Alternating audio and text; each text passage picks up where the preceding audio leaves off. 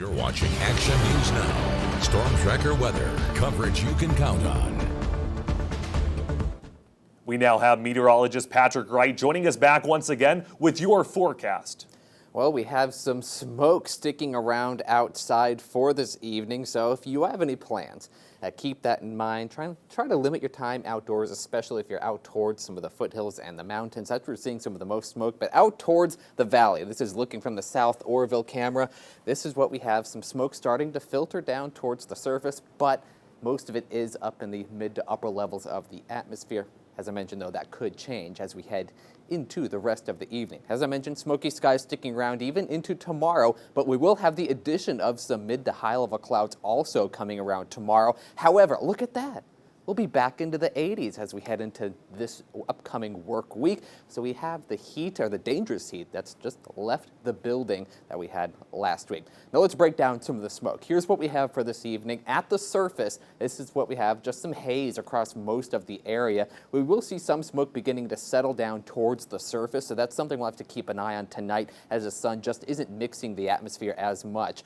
And we'll continue to see that as we head into tomorrow morning, especially for places right around Butte County, out towards the ridge. That's where we see some of the worst air quality starting off tomorrow morning, but that'll push off into parts of the North Valley, out towards the mountains in Shasta County and out into the Sierra. So that's something to keep an eye on if you have any plans. But the other part of this equation is the upper level smoke. It will continue to be very hazy in the upper levels of the atmosphere, so it'll create that filtered look to the sky when it comes to the sun. We'll see that even into tomorrow with a nice little surge of smoke coming in for tomorrow evening, but we start to see things clear out just a little bit for the upper levels as we head into Monday, as even some cooler weather moves on in.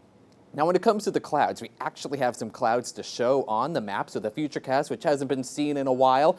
We will see some clouds rolling on it. These aren't some of the low-level stratus clouds that bring rain, but they will be those upper-level clouds that will kind of add more of a filtered look to the sky as we head throughout the day tomorrow. So by 2 or 3 a.m. tomorrow, or 3 a.m. Monday, I should say, yeah, not looking too bad. Those clouds will start to move on out. Temperatures today tonight, I should say, sticking to the upper 60s to lower 70s. The smoke may keep some of those temperatures a little higher, so keep that in mind. But tomorrow, temperatures in the mid-90s across most of the valley, mid-80s out towards the mountains. So looking much, much better compared to what we saw the last couple of days. When it comes to our fire danger, though, humidity is on the way up because this is a little bit of influence from some tropical moisture, but we will have some of the high fire danger tomorrow because of those dry conditions. But this ridge of high pressure that's been bringing us the heat breaks down, and we start to see some influence from this area of low pressure. That'll bring in some cooler temperatures as we head into the next